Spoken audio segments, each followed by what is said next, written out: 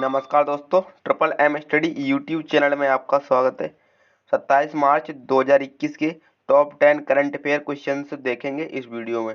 तो चलिए शुरू करते हैं। ये प्रश्न है, हिंदी में उत्कृष्ट साहित्यिक कार्य करने के लिए व्यास सम्मान 2020 से किसे सम्मानित किया गया है? 2020 व्यास सम्मान, ठीक है। तो इसका सही उत्तर हो जाएगा यहाँ पे प्रो शरद पगारे। ऑप्शन नंबर सी इसका सही उत्तर हो जाएगा, प्रो शरद पगारे। चलिए इनके बारे में देख लेते हैं। देखिए, यह पुरस्कार किसी भारतीय नागरिक द्वारा लिखित हिंदी में उत्कृष्ट साहित्य कार्य के लिए दिया जाता है। प्रो शरद पगारे को प्रतिष्ठित व्यास सम्मान से सम्मानित किया गया है और उन्हें यह सम्मान उनके उपन्यास पाटलिपुत्र की सामग्री के लिए 31वें व्यास सम्मान से सम्मानित किया गया है, ठीक है। देखिए, कुछ अन्य टॉप पुरस्कार देख लेते हैं, जैसे कि साहित्य के क्षेत्र में नोबेल पुरस्कार 2020 लुईस ग्लूक को दिया गया है। साहित्य के क्षेत्र में 2020 नोबेल पुरस्कार लुईस ग्लूक को दिया गया है, ठीक है। अगला देखिए, time person of the year 2020 से जो बाइडेन, जो कि अमेरिका के राष्ट्रपति हैं, और उपराष्ट्रपति कमला हैरिस को सम्मानित किया गया है time person of the year 2020 से, ठीक है। देखिए, रसायन विज्ञान के क्षेत्र में नोबेल पुरस्कार 2020 से इमैनुअल चारपेंटियर और जेनिफर ए डोडना को शामिल किया गया है, ठीक है।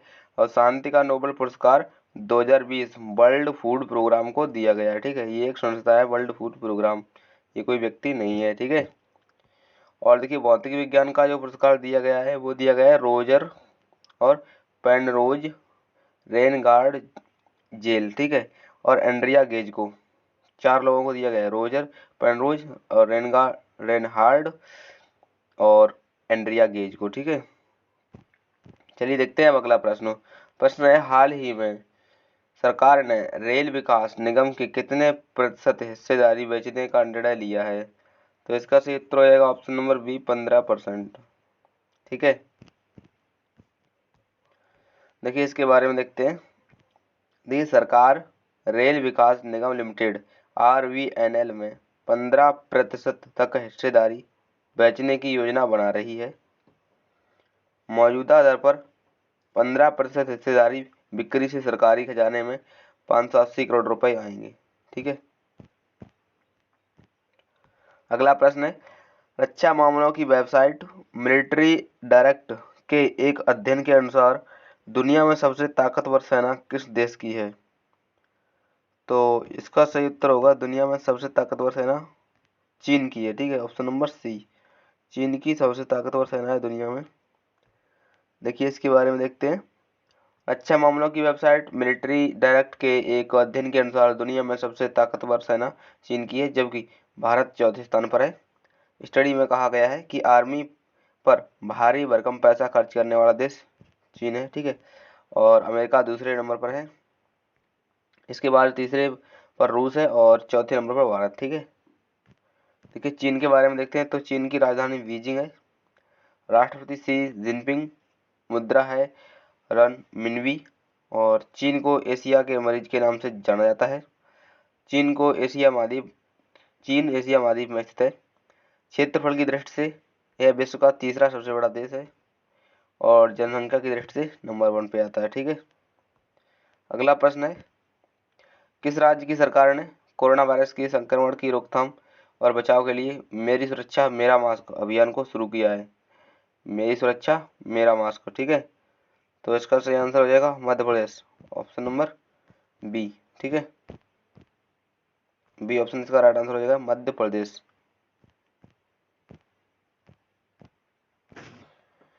इसके बारे में देखते हैं। देखिए, यह एक जागरूकता अभियान है, मेरा मास्क मेरी सुरक्षा, है ना। तो राज्य में बढ़ते हुए कोरोना वायरस के मामले को देखते हुए मेरी सुरक्षा मेरा मास्क अभियान को शुरू किया गया है। इस अभियान के तहत तो कोरोना वायरस से बचाव और उपायों के लिए लोगों को जागरूक किया जाएगा, ठीक है। देखिए, कोरोना वायरस यानी कि कोविड-19, इसके बारे में थोड़ा सा देख लेते हैं। तो सबसे पहले कोरोना वायरस की शुरुआत चीन के वुहान शहर से हुई है। वुहान से पहले कोरोना वायरस से होने वाली बीमारी को कोविड-19 नाम दिया गया है। कोरोना वायरस का स्ट्रक्चर कैसा है? तो क्राउन के जैसा है। कोरोना वायरस मानव शरीर के किस तंत्र को प्रभावित करता है? तो श्वसन तंत्र को प्रभावित करता है। ठीक है। और कोविड-19 वैक्सीन पाने वाले पहले भारतीय कौन? तो मनीष कुमार। मनीष कुमार पहले भारतीय हैं जिन्होंने कोविड वैक्सीन पाई। ठीक है। और कोरोना वायरस प्रदर्शन सूचकांक में शीर्ष देश कौन सा है? तो है न्यूजीलैंड। और भारत में 86वें स्थान पे है। कोरोना वायरस ऐप जो है आरोग्य सेतु के ब्रांड एम्बेसडर अजय देवगन है। अब देखते हैं मध्य प्रदेश के बारे में। तो मध्य प्रदेश की राजधानी भोपाल है। स्थापना हुई थी मध्य प्रदेश की 1956 में। ठीक है। और मुख्यमंत्री है शिवराज सिंह चौहान। राज्यपाल है आनंदीबेन पटेल। और मुख्य न्यायाधीश है यहाँ पे मोहम्मद रफीक मध्य प्रदेश के। मध्य प्रदेश में 29 लोकसभा सीटें, राज्यसभा सीटें 11 हैं, विधानसभा सीटें 230 है मध्य प्रदेश में। ठीक है। देखिए मध्य प्रदेश में इंपोर्टेंट राष्ट्रीय उद्यान कौन कौन से हैं? कान्हा राष्ट्रीय उद्यान, माधव राष्ट्रीय उद्यान, बांधवगढ़ राष्ट्रीय उद्यान, पन्ना राष्ट्रीय उद्यान और सतपुड़ा राष्ट्रीय उद्यान। इंपोर्टेंट है राष्ट्रीय उद्यान ये मध्य प्रदेश के। ठीक है। प्रश्न है भारत के 48वें मुख्य न्यायाधीश के रूप में किसे नियुक्त किया जाएगा? सही उत्तर हो जाएगा इसका है नुथालापति वेंकटरमण। ठीक है। नुथालापति वेंकटरमण इसका सही उत्तर हो जाएगा ऑप्शन नंबर डी। भारत के 48वें मुख्य न्यायाधीश के रूप में इनको नियुक्त किया जाएगा। देखिए इनके बारे में देख लेते हैं। 23 अप्रैल 2021 को शरद अरविंद बोबडे के कार्यकाल समाप्त होने पर 24 अप्रैल 2021 को एन.वी. रमण भारत के 48वें मुख्य न्यायाधीश होंगे। ठीक है। और देखिए मुख्य न्यायाधीश के बारे में देख लेते हैं अभी तक क्या हुआ है। तो सर हरिलाल जे किशुन दास, सर हरिलाल जे किशुन दास कानिया स्वतंत्र भारत के प्रथम मुख्य न्यायाधीश थे। भारत के मुख्य न्यायाधीश को शपथ दिलाता है तो राष्ट्रपति दिलाता है। और भारत के मुख्य न्यायाधीश अपना त्यागपत्र किसको देते हैं? तो वो राष्ट्रपति को देते हैं। ठीक है। भारत के मुख्य न्यायाधीश को योग्यता होनी चाहिए तो भारत का नागरिक होना चाहिए और अदालत का 5 वर्ष तक जज रहा हो या किसी अदालत का 10 वर्ष तक वकील रहा हो। भारत के मुख्य न्यायाधीश का कार्यकाल होता है 65 वर्ष। ठीक है। और ये संविधान के अनुच्छेद देखिए यहाँ पे ये संविधान का अनुच्छेद 124(1) भारत के मुख्य न्यायाधीश के नियुक्त के बारे में बताता है। ठीक है। देखिए यहाँ पे भारत के बारे में थोड़ा इंपॉर्टेंट देख लेते हैं। जैसे कि भारत की राजधानी नई दिल्ली, सबसे बड़ा नगर है मुंबई, राष्ट्रपति है रामनाथ कोविंद, उपराष्ट्रपति वेंकैया नायडू, प्रधानमंत्री नरेंद्र मोदी, मुख्य न्यायाधीश एन.वी. रमण और अटॉर्नी जनरल के वेणुगोपाल, नियंत्रक एवं महालेखा परीक्षक गिरीश चंद्र मुर्मू। ठीक है। अगला प्रश्न है हाल ही में असम राइफल्स ने कब अपना 186वां स्थापना दिवस मनाया है? तो इसका सही उत्तर होगा 23 मार्च, ऑप्शन नंबर बी।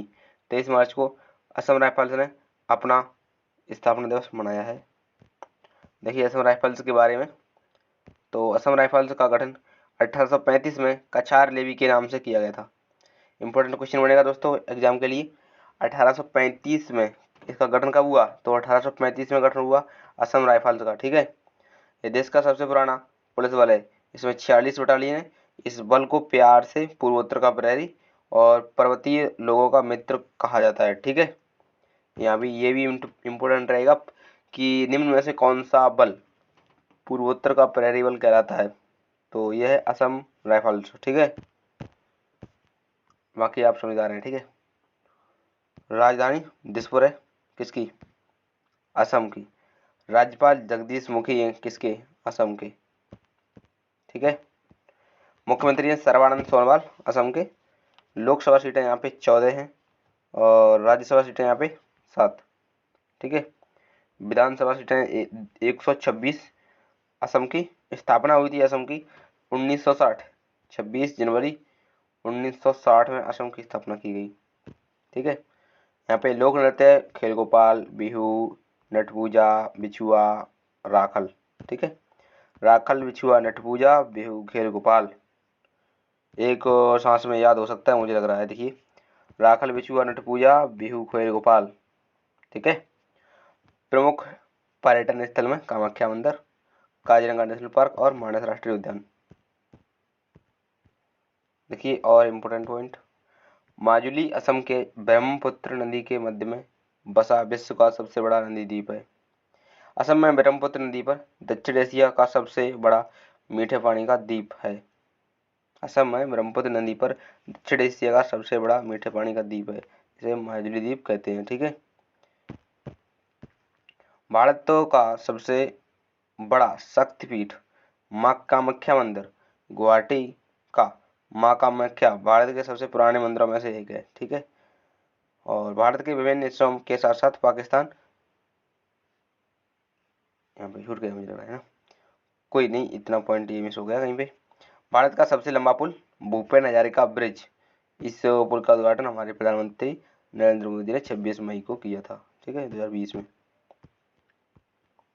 और यहाँ पे अगला है, भारत के पैरा एथलीट सिंह राज ने 2021 पैरा निशानेबाजी विश्व कप में कौन सा पदक जीत लिया है? तो ये इन्होंने जीता है अपना स्वर्ण पदक। ठीक है, ऑप्शन नंबर बी, भारत के पैरा एथलीट, इनका नाम है सिंह राज। तो इन्होंने जीता है विश्व कप में स्वर्ण पदक। ठीक है, निशानेबाजी, पैरा निशानेबाजी। देखिए, भारत के पैरा एथलीट सिंह राज ने 2021 में विश्व कप में स्वर्ण पदक जीता है। संयुक्त अरब अमीरात से अल इन में खेले जा रहे इस टूर्नामेंट में सिंह राज ने 10 मीटर एयर पिस्टल में यह खिताब जीता है। इस जीत के साथ भारत पदक तालिका में तीसरे स्थान पर पहुंच गया है। भारत ने अब तक एक स्वर्ण पदक और एक रजत पदक हासिल किया है। ठीक है। दुनिया की, अगला प्रश्न है, दुनिया की पहली शिप टनल परियोजना कहाँ बन रही है? दुनिया की पहली शिप टनल परियोजना कहाँ बन रही है? तो ये तो बन रही है नॉर्वे में, ऑप्शन नंबर ए, नॉर्वे में ये परियोजना बन रही है। दुनिया की पहली शिप टनल परियोजना नॉर्वे में बन रही है। ठीक है। तो इसके बारे में, नॉर्वे में बनेगी दुनिया की पहली शिप टनल परियोजना। सुरंग को स्टैंड शिप सुरंग के रूप में डब किया गया है। इसे उत्तर पश्चिमी नॉर्वे में पहाड़ी स्टैंड वेट प्रायद्वीप के तहत बनाया जाएगा। ठीक है। अगला प्रश्न, हाल ही में केला महोत्सव का आयोजन किस राज्य में किया गया? अगेन, केला महोत्सव का आयोजन किस राज्य में किया गया है? तो इसका सही उत्तर हो जाएगा उत्तर प्रदेश। ठीक है, ऑप्शन नंबर ए इसका बिल्कुल right answer. Option number A, Uttar Pradesh. Uttar Pradesh में आयोजित किया गया केला महोत्सव, इसके बारे में देखते हैं। देखिए, उत्तर प्रदेश के मुख्यमंत्री योगी आदित्यनाथ ने कुशीनगर में 4 दिवसीय बनाना फेस्टिवल का उद्घाटन किया। इस महोत्सव में केले के रेशे से बनाए गए कपड़े, चप्पल, दरी और घर की सजावट के लिए बनाए जाने वाले सामान को प्रदर्शित किया गया है। ठीक है। और इम्पोर्टेंट पॉइंट देखिए यहाँ पे, केली की खेती के लिए उत्तर प्रदेश का कुशीनगर एक प्रसिद्ध जिला है। उत्तर प्रदेश में कुछ अन्य महत्वपूर्ण महोत्सव भी मनाए गए हैं, जैसे कि झांसी की स्ट्रॉबेरी महोत्सव, लखनऊ में मनाया गया राजगुड़ महोत्सव और सिद्धार्थनगर में मनाया गया काला नमक और चावल महोत्सव का आयोजन किया गया। ठीक है, झांसी में स्ट्रॉबेरी, लखनऊ में राजगुड़ और सिद्धार्थनगर में काला चावल नामक महोत्सव मनाया गया। देखिए, अब उत्तर प्रदेश के बारे में देखते हैं। तो उत्तर प्रदेश की राजधानी लखनऊ है।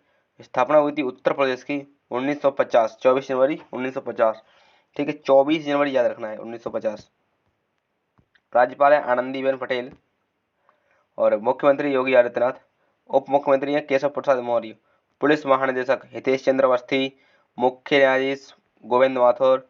उच्च न्यायालय इलाहाबाद। और लोकसभा सीटें यहाँ पे 80, राज्यसभा सीट 31। ठीक है, और विधानसभा सीटें 404।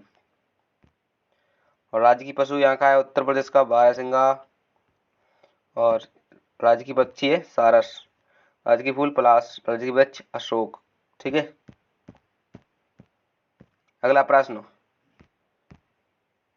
हाल ही में अंतर्राष्ट्रीय बौद्धिक संपदा सूचकांक में भारत कौन से स्थान पर रहा है? अंतर्राष्ट्रीय बौद्धिक संपदा सूचकांक बौद्धिक संपदा सूचकांक में भारत कौन से स्थान पे रहा है? तो इसका सही वाला उत्तर हो जाएगा ऑप्शन नंबर ए, 40वें स्थान पे। ठीक है, देखिए इसके बारे में, हाल ही में जारी की गई अंतरराष्ट्रीय बौद्धिक संपदा आईपी सूचकांक में नवीनतम वार्षिक संस्करण में भारत 53 की सूची रही थी, 53 में इसका 40वां स्थान आया अपने भारत का। ठीक है, 53 यानी कि 53 देशों में किया गया था, तो 40वें स्थान पे आया है। US chamber of commerce global innovation policy सूचकांक 53 वैश्विक अर्थव्यवस्थाओं में बौद्धिक संपदा अधिकारों का मूल्यांकन करता है, जो पेटेंट और कॉपीराइट नीतियों से लेकर आईपी पर संपत्तियों के व्यवसायीकरण और अंतर्राष्ट्रीय संबंधियों के अनुसमर्थन तक कार्य करता है। ठीक है, तो ये किसके द्वारा किया जाता है? तो US chamber of commerce global innovation policy centre के द्वारा, जीआईपीसी के द्वारा। ठीक है, तो 10 क्वेश्चन पूरे हो गए। पसंद आया तो लाइक कर दें, चैनल को सब्सक्राइब कर लें। बाकी मिलते हैं अगली वीडियो में, तब तक के लिए नमस्कार।